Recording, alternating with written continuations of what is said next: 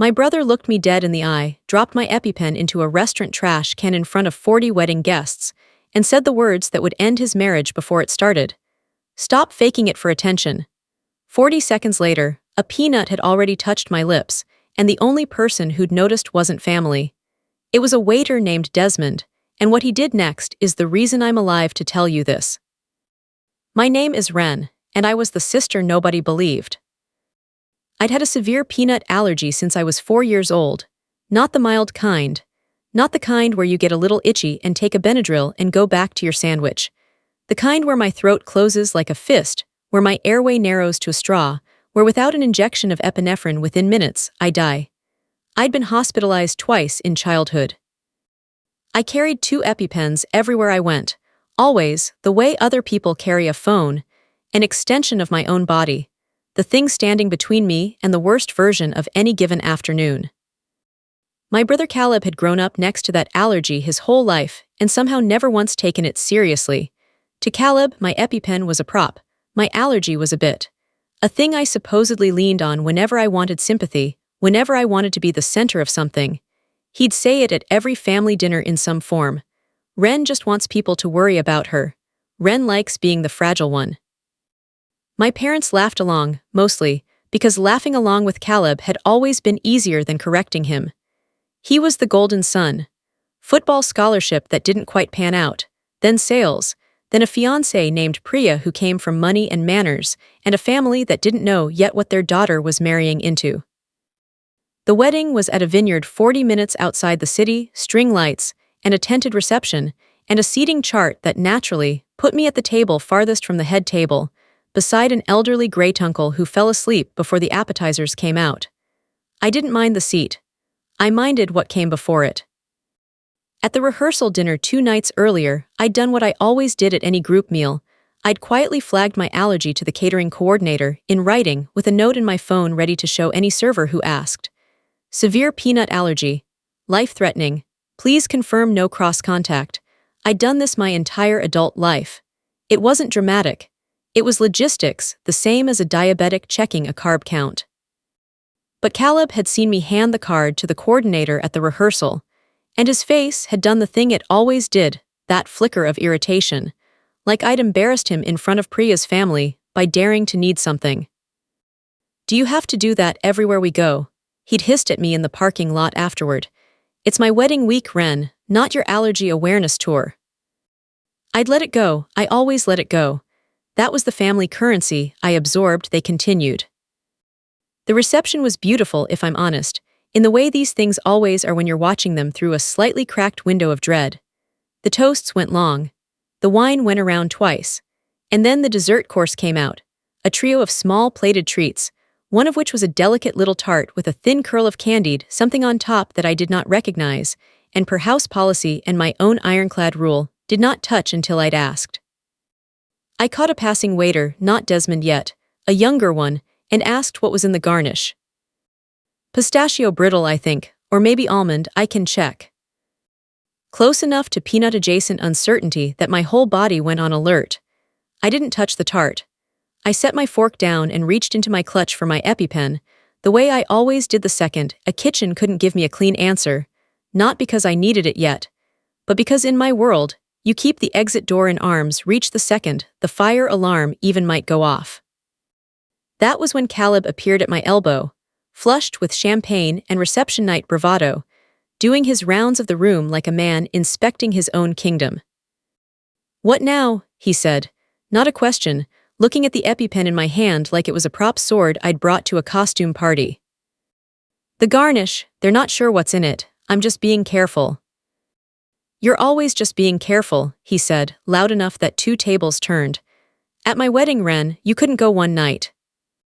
"Caleb!" "No," he snatched the EpiPen out of my hand before I even registered the movement, the way you'd grab a phone from a kid mid-tantrum. "I am so sick of this. You don't need this. You've never needed this. You carry it around so everyone treats you like glass." And then, in front of his bride's family, in front of our parents, in front of 40 people holding champagne flutes, my brother walked 3 steps to a service trash bin tucked near the tent's edge and dropped my EpiPen inside. "Stop faking it for attention," he said. I sat there for a sec. On that felt like a year. Not crying. Not yet. Just doing the math every allergic person does instinctively every second of every day. Where's my backup? How far? How fast? My second EpiPen was in the car, in my bag in the valet lot, 4 minutes away by a brisk walk I would not be able to make if my throat started closing in the next 90 seconds. And that's when I made the mistake I'd spent my whole life trying not to make. I picked the fork back up. Not because I'd decided the tart was safe, I hadn't, but because my hands were shaking, and humiliation does something to your judgment that fear alone doesn't. And for 1/2 second, distracted, furious, trying not to cry in front of 40 strangers, I let the edge of the tart brush my lip as I set it back down. That was enough. It's always enough. The tingling started almost instantly. Lips first, then tongue, that specific electric itch that anyone with my allergy learns to recognize the way you'd recognize your own name. I felt my throat do its first small, ominous catch. I didn't scream. I didn't have the air to scream, not yet, and some old, cold part of my brain was already triaging. 15 seconds before this gets bad, 90 seconds before this gets very bad, 4 minutes to the car is too long. What I didn't know, what none of us knew, was that the waiter clearing the dessert plates at the next table over was watching the whole thing happen. His name, I'd learn within the hour, was Desmond. He was 26, had been a line cook before he was a server, and had a younger sister with a tree nut allergy so severe she'd been hospitalized 3 times by age 10. He knew exactly what he was looking at the second my hand went to my throat, and my face started changing color. He didn't ask permission. He didn't go find a manager. He crossed the tent floor in maybe 4 strides, grabbed a chair to clear a path, and reached the service trash bin before I'd even fully processed that I needed it. He dug through napkins and cake scraps with his bare hands, found the EpiPen Caleb had thrown away 40 seconds earlier, and was kneeling in front of me with it uncapped before my mother had even looked up from her champagne. "Ma'am, I need you to nod if you can hear me," he said, steady as a surgeon. "This is going in your thigh. 1, 2. The injection went in on 3. I felt the burn of it, the strange chemical clarity that floods in right behind the epinephrine, my airway easing from a fist back into something like a throat again. Desmond didn't move from in front of me. He had his fingers on my wrist checking my pulse, counting under his breath, already telling someone, a second waiter, sprinting to call 911 and get the EpiPen wrapper for the paramedics. Because that's protocol, because anaphylaxis can rebound, because he knew, in a way my own brother apparently never had, that this was not a performance. This was a body actively trying to kill itself by accident, and someone had to physically stop it. The tent had gone fully silent. 40 people who'd been laughing about cake toppers a minute earlier were now staring at a server kneeling on a vineyard floor with his hand still on my wrist, and at Caleb, standing 6 feet away with his mouth open and nothing coming out of it, because there is no version of "stop faking it" that survives watching a stranger pull a discarded medical device out of a trash can to keep your sister breathing. My mother got there first, of course, doing what she always did, managing the optics before managing the crisis. Is she okay? Oh my God, is she okay? As if the previous 5 minutes of her not noticing anything had been a separate event from this one. "She's stabilizing," Desmond said, without looking up, without an ounce of deference to the fact that he was talking to the mother of the bride's brother's family at a wedding that was very much not his business to interrupt. "She needs paramedics regardless. Epinephrine wears off. This isn't optional." Priya's father, a quiet, sharp-eyed man named Arvind who'd said maybe 10 words to me all weekend, was the one who actually moved with purpose. He pulled out his phone, confirmed the ambulance call had gone through, and then turned to Caleb with an expression I will remember for the rest of my life. Not rage. Worse than rage. The flat, total recalculation of a man who has just watched his future son-in-law throw away his own sister's medication and call her a liar in the same breath, while she nearly died in front of him. "You threw out her medicine," Arvind said, not a question. Caleb's mouth worked. "I didn't think." "You didn't think she'd need it," Arvind said. "That's the part that should frighten you. You didn't think the thing that keeps your sister alive would ever actually need to be used. You thought it was a prop." He looked at Priya, who had come around the head table at a near run, her wedding dress bunched in one fist, staring at her new husband lick. She'd never seen him before. Maybe she hadn't, not really, not this version of him. The paramedics arrived 9 minutes later, fast, for a vineyard 40 minutes out, and did their own assessment, confirmed the epinephrine had done its job, watched me for the rebound window, and ultimately transported me to the nearest ER as a precaution, which is standard, which I'd been through before, which felt almost mundane compared to the silence I left behind in that tent. I want to tell you the rest of that night unfolded with some satisfying speech, some moment where I stood up in my nice dress and told my brother exactly what I thought of him in front of everyone. It didn't. I was in an ER bed with a pulse monitor clipped to my finger and a saline drip in my arm, and the most I managed was texting my mother one line: "Don't come tonight. I need to not perform calm for anyone right now." She came anyway. So did Caleb, eventually, hours later, hovering in the hallway outside the ER bay like a man waiting to be sentenced. I let him stand there a long time before I let him in. When he finally came in, he didn't apologize first. He cried first, the loud, useless kind, the kind that makes everyone else in the room responsible for managing it. I didn't think you were really Ren. I'm so sorry, I wasn't thinking the champagne, I let him get it out. Then I said the only thing I had the energy for. "You've called me a liar about this since I was 9 years old. Today you threw my medicine in a trash can in front of 40 people and told me to stop faking it. A stranger had to dig it out of garbage to keep me breathing, Caleb. Not you, not Mom, a waiter who'd never met me." I looked at him.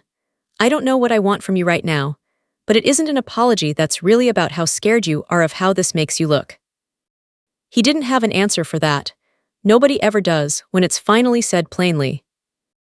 The weeks after were quieter than I expected, and louder in places I didn't expect at all. Priya, it turned out, was the one who moved fastest and most decisively of anyone in that family. She didn't leave Caleb that week, they'd just gotten married, and to her credit, she wanted to see if the man underneath the worst 5 minutes of his life was salvageable. But she put a condition on it that I only learned about secondhand, through Arvind, who called me himself a few days later to check in. Unprompted, in a way no one in my own family had managed. "He's in therapy starting Monday," Arvind told me. "My daughter's idea, not mine, though I'd have insisted eventually. And I want you to know, whatever happens with their marriage isn't your responsibility to manage. You don't owe my son-in-law your forgiveness on any timeline but your own." It was the kindest thing anyone in that entire wedding orbit said to me, and he wasn't even blood. I found Desmond 2 days later, not through some dramatic search, but through the restaurant's catering office, because I needed to say something properly, not adrenaline-shaking and half-conscious on a vineyard floor. He was 26, working toward culinary school money, and visibly uncomfortable being thanked, the way genuinely good people often are. "I just did what anyone should do," he said. "No," I told him. "You did what my own brother should have done and didn't. There's a difference, and I need you to let me sit in the gratitude instead of waving it off." He let me. We've stayed in touch since.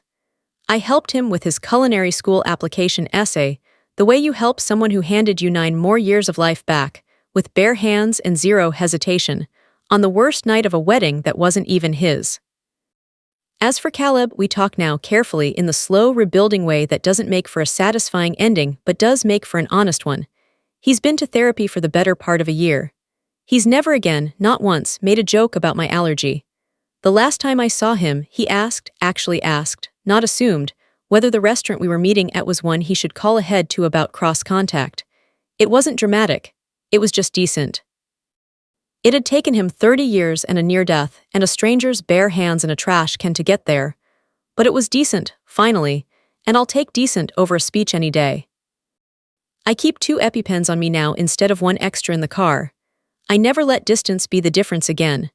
And every time I clip my bag closed, I think about a waiter named Desmond who looked at a discarded piece of medical equipment in a trash bin and saw, correctly, the only thing that mattered.